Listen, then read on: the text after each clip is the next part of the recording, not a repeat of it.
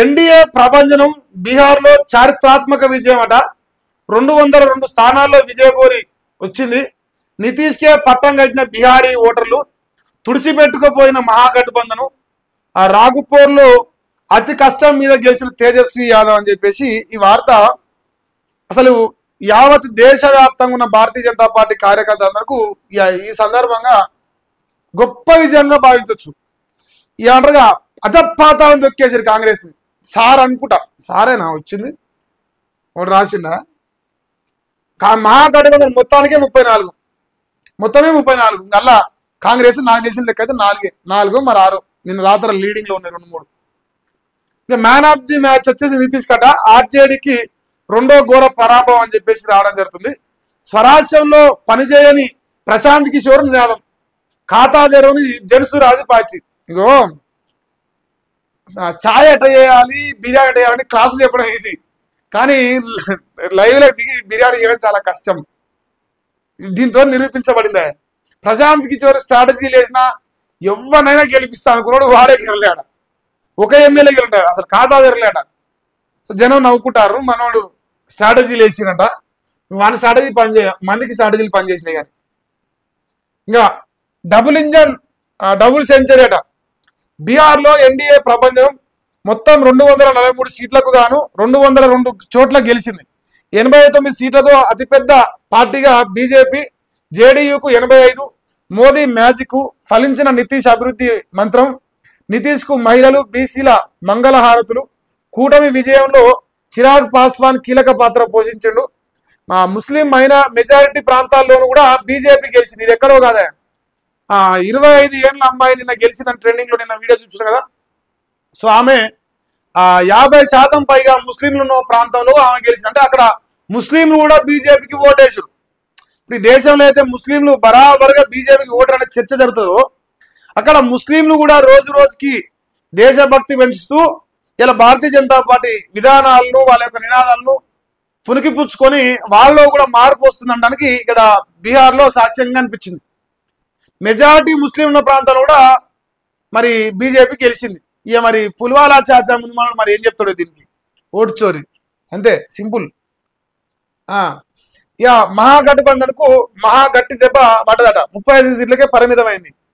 6 సీట్లకే కాంగ్రెస్ బీహారీలు ఇంకా వీడిని జంగిల్ రాజ్ భయం అట. 6 సీట్లకే కాంగ్రెస్ పరిమితం. మజ్లిస్ ఖాతాలో 5 సీట్లు వచ్చినాయి. నన్ను అడిగితే ఇది చూసుకోరా, మజ్లిస్కు 5 సీట్లు వచ్చినాయి బీహార్లో.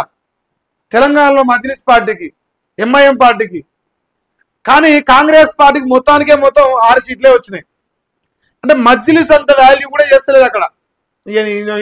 దీన్ని ఏమనాలో ఆయన ఇంటర్నేషనల్ పార్టీ వీళ్ళది. ఇంకేమన్నా పెద్దది, వరల్డ్ నెంబర్ 1 అనమాట. వరల్డ్ మొత్తం రాజకీయం చేస్తుంది ఇటలీ పార్టీ. సో ఇటలీ పార్టీకి మొత్తానికైతే 6, కేసీఆర్ ఫేవరెట్ నెంబర్ 6, కాంగ్రెస్ సీట్ల సంఖ్య కూడా 6. సారీ సార్, ఓటర్ల జాబితా సవరణపై రాహుల్ గాంధీ పోరాటం ప్రభావం శూన్యం. ఓటు చోరీ విమర్శల్ని పట్టించుకొని ఓటరు రాహుల్ యాత్ర చేసిన అన్ని సీట్లలో ఓడిపోయింది. ఎన్నికల్లో తొలి నుంచి అక్రమాలే జరిగిన రాహుల్, ఎన్నికల వ్యూహకర్త పీకే పార్టీ, ఇదంతా అయిపోయింది. కాంగ్రెస్ ఇక ముక్కలే అట. కాంగ్రెస్ పరాణజీవి పార్టీగా మారింది. కూటమిలోని మిత్రపక్షాలను కూడా ముంచుతోంది. ముస్లిం లీగు మావోయిస్టు కాంగ్రెస్ లా మారిందట. పని అయిపోయింది మన బతుకు. సాయిరాం తలకాయ పైన తడిబట్టు వేసుకొని ఇక పోవాల్సింది అంటారు. అది ఎక్కడన్నా సరే ఇలా ఈ తెలంగాణలో కాంగ్రెస్ పార్టీ బీహార్లో పరాజయం చెందింది, ఇది ఇంకా వనికి రాదు అని రేవంత్ రెడ్డి రాకుండా చాలా జాగ్రత్త పడ్డాడు. ఇంకోటి ఒక రకంగా చెప్పంటే ఆంధ్రజ్యోతి పత్రికలో మాత్రం నువ్వు రాయిరా చూసుకుంటా, మనదిరా పత్రిక, మనలో రా, మన ముఖ్యమంత్రిని రా అని చెప్పేసి వాంతో మాత్రం సరిపోనే ఇప్పించింది.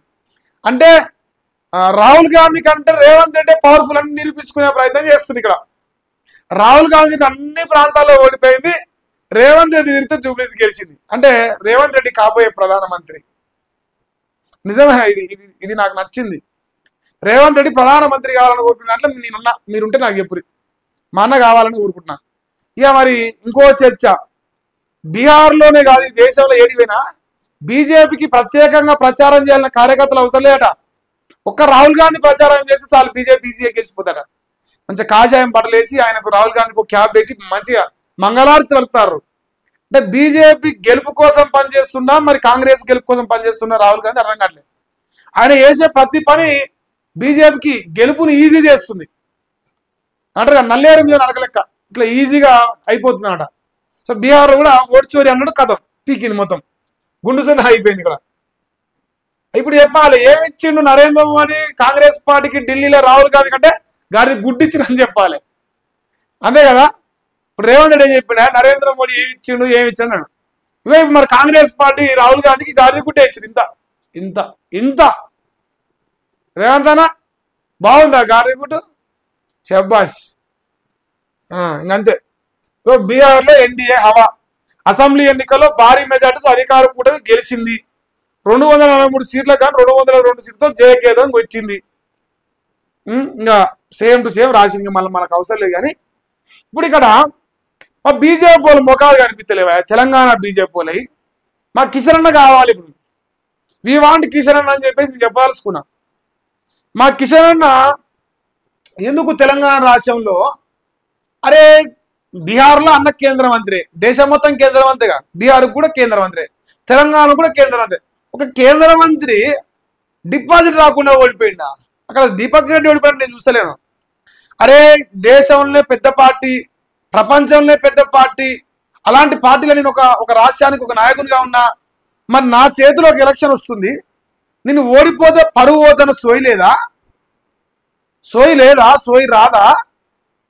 కార్యకర్తలు నిజాలు మాట్లాడితే నొప్పిలేస్తాయి కదా, కేసులు పెడతారు కదా. అందుకే నేను మాట్లాడతలేను. మీ సాగు మీరు సాగు ఎట్లా పడితే మాకేందని వదిలిపెట్టినాం. ఇప్పుడు దెబ్బల కరువు అన్నట్టు, తనిచ్చుకుంటే దెబ్బల కరువు అన్నట్టు, మరి మీ తనవారు మీరు చెప్తే మీరు 10 ఏళ్ళు తంతాను రెడీ కూడా ఇవాళ డిపాజిట్లు వస్తేనే చదిపోతుంది. కార్యకర్తలు బీహార్ ఎలక్షన్ గురించి ప్రచారం చేస్తారు, వాళ్ళ సంతోషాలు వారు, కానీ వాళ్ళ అంతర్మదనంలో ఉన్న బాధ తెలుసు అందరికీ. అరే జూబ్లీస్ లో మన బతికేంద్రా, ఏం చేసిండ్రకి 60,000 ఓట్లు రావాలి కదా అని అడుగుతున్నారు. మరి దానికి సమాధానం లేదా? ఎంతమంది నాయకులు ఉంటే అంతమంది వస్తుంది. ఒక్కసారి అందరు కలిసి ఒక మీటింగ్ పెట్టకపోతుంది 16 మంది. ఇప్పుడు ఆయన పేరు ఏం చెప్పారా, రాజా సింగ్ ఏమన్నాడు, జూబ్లీస్ లో కిషన్ రెడ్డి గారు ఎవరిని గెలిపించాలనుకుంటారు, బీఆర్ఎస్ పార్టీనా లేదంటే కాంగ్రెస్ పార్టీ గెలిపించాలనుకుంటారు అంటే ఇలా సాక్ష్యం బయటపడ్డది. మా రాజన్న చెప్పినట్టు, రాజన్న అంటే మా ఆయన కాదు, ఈయన రాజాబాయ్, మరి రాజాబాయ్ చెప్పినట్టు కాంగ్రెస్ గెలిపించాలనుకున్నాడు కిషన్ రెడ్డి, గెలిపించిండు సక్సెస్ఫుల్ గా. సంతోషం, కంగ్రాచులేషన్స్ కిషన్ అన్న, కంగ్రాచులేషన్స్ కిషన్ అన్న. నీకైతే నీ ఇష్టం కిషన్ అన్న, నువ్వు ఎట్లా పడిపో, మాకు అవసరం లేదు. ఇంకో వచ్చిందిగా మంచి థ్యాంక్ యూ. ఉన్నంతలో పోరాడినమాట, ఏముంది, దేశం మొత్తం ఉంది, ఉన్నంతలో ఏం పోరాడేది నువ్వు?